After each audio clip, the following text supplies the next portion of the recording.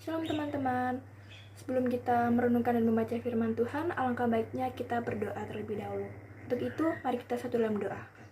Bapa kami yang ada di surga, terima kasih ya Bapa pada pagi hari ini. Kami mengucap syukur atas segala penyertaan yang telah Engkau berikan kepada kami, sehingga kami dapat bangun di pagi ini dengan penuh sukacita. Sebentar lagi kami akan membaca dan merenungkan firman-Mu ya Tuhan.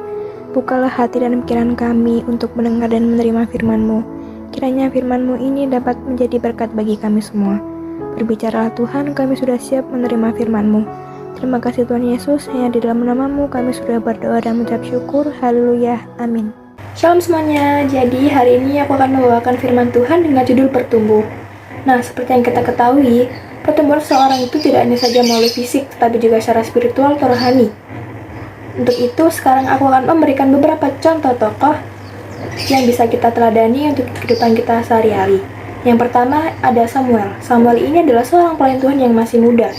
Sebagai pelayan, perilaku Samuel memang berbeda dengan anak-anak Imam Eli yang lain. Memang perilaku dan sikap Samuel ini tidak dipaparkan secara jelas. Hanya saja dijelaskan bahwa ia semakin besar dan semakin disukai, baik di hadapan manusia maupun di hadapan Tuhan. Hal ini menunjukkan bahwa Samuel dapat menampilkan perilaku yang baik.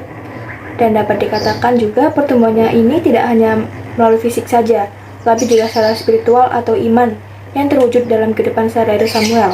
Hal ini sangat bertolak belakang dengan anak-anak Eli, yakni Hofni dan Pinehas. Mereka adalah imam-imam Tuhan yang tidak menghormati Tuhan. Mereka melakukan fungsi keimaman sebatas ritual, tetapi sesungguhnya mereka adalah orang yang tamak dan rakus untuk mendapatkan daging kurban atau jatah mereka sebagai imam. Mereka memandang rendah kurban untuk Tuhan. Perbuatan mereka yang melakukan perempasan terhadap daging-daging yang belum dibakar lemaknya merupakan salah satu tindakan pelecehan terhadap Tuhan. Tindakan mereka itu adalah tindakan yang menajiskan diri sendiri dan juga mengotori rumah Tuhan. Dan sangat disayangkan sekali, Eli sebagai ayah mereka tidak tegas dalam menegur anak-anaknya itu. Yang kedua ada Yesus.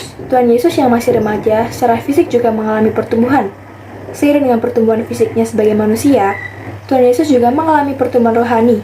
Hal itu ditunjukkan lewat kemampuannya berdialog dengan para alim ulama di Bait Allah. Semua orang heran dengan kecerdasannya. Dari sisi kemanusiaannya, tubuhnya menjadi makin bertambah tinggi dan besar. Hikmatnya pun juga makin bertumbuh. Meskipun firman yang kekal telah menyatu sejak ia masih ada di dalam kandungan ibunya, sifat keilahian yang tinggal dalam dirinya itu mewujudkan diri pada sifat kemanusiaannya secara bertahap.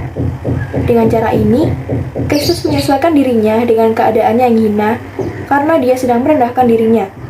Yesus merendahkan dirinya sebagai seorang bayi, seorang anak, dan seorang remaja supaya gambar Allah bersinar semakin cerah di dalam dirinya. Bukti nyata dalam pertumbuhan spiritual atau rohani itu nampak dalam kehidupan keseharian, dalam wujud kedekatan dengan Allah, dan sikap hidup mereka dalam membangun relasi dengan sesama. Untuk itulah, Rasul Paulus menekankan kita untuk hidup di dalam kekudusan. Barang siapa kudus di hadapan Allah, wajib merendahkan diri dan penuh kasih terhadap semua orang. Untuk itu, kita perlu hal-hal berikut ini, yakni belas kasihan, kemurahan, kerendahan hati, kelemah lembutan, dan kesabaran. Dalam diri setiap orang pilihan Allah, perlu terjadi transformasi hidup, yaitu menumbuhkan karakter Kristus dan menerapkan tingkah laku yang mulia. Karakter Kristus telah dipraktikkan Tuhan sepanjang hidup dan pelayanannya dalam dunia ini. Teladan sudah ada, tinggal kita yang mempraktikannya. Lalu bagaimana cara kita melakukannya? Seperti yang ditulis di dalam Alkitab, sebagaimana Tuhan telah mengampuni kamu, kamu perbuat jugalah demikian. Karena kasih, hendaklah damai sejahtera Kristus memerintah dalam hatimu, tinggallah kemuliaan nampak dalam tindakan saling mengajar dan saling menegur di antara sesama anak Tuhan, menaikkan pujian dan syukur, melakukan perbuatan yang baik, dan mengatakan perkataan yang membangun di dalam nama Tuhan Yesus. Bagaimanakah pertumbuhan fisik kita? Kita yang sudah dewasa ini tidak akan mengalami pertumbuhan lagi.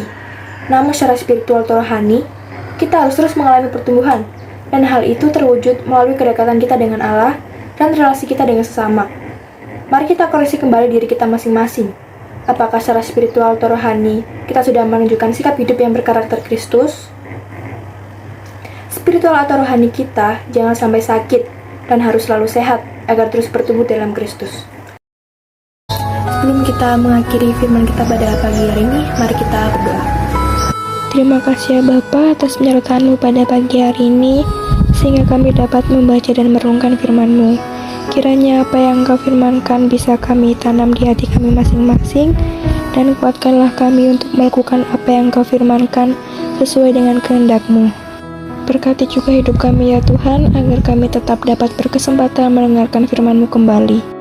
Dan kiranya Engkau juga memberkati kami semua ya Tuhan, agar kami semua senantiasa selalu merindukan dan membutuhkan firman-Mu sebagai pelita kebenaran yang memerdekakan dan penghiburan yang menguatkan. Ajarilah kami bahasa firman-Mu Tuhan, dan bimbinglah kami untuk selalu hidup sesuai kehendak-Mu, agar kami selalu dekat padamu.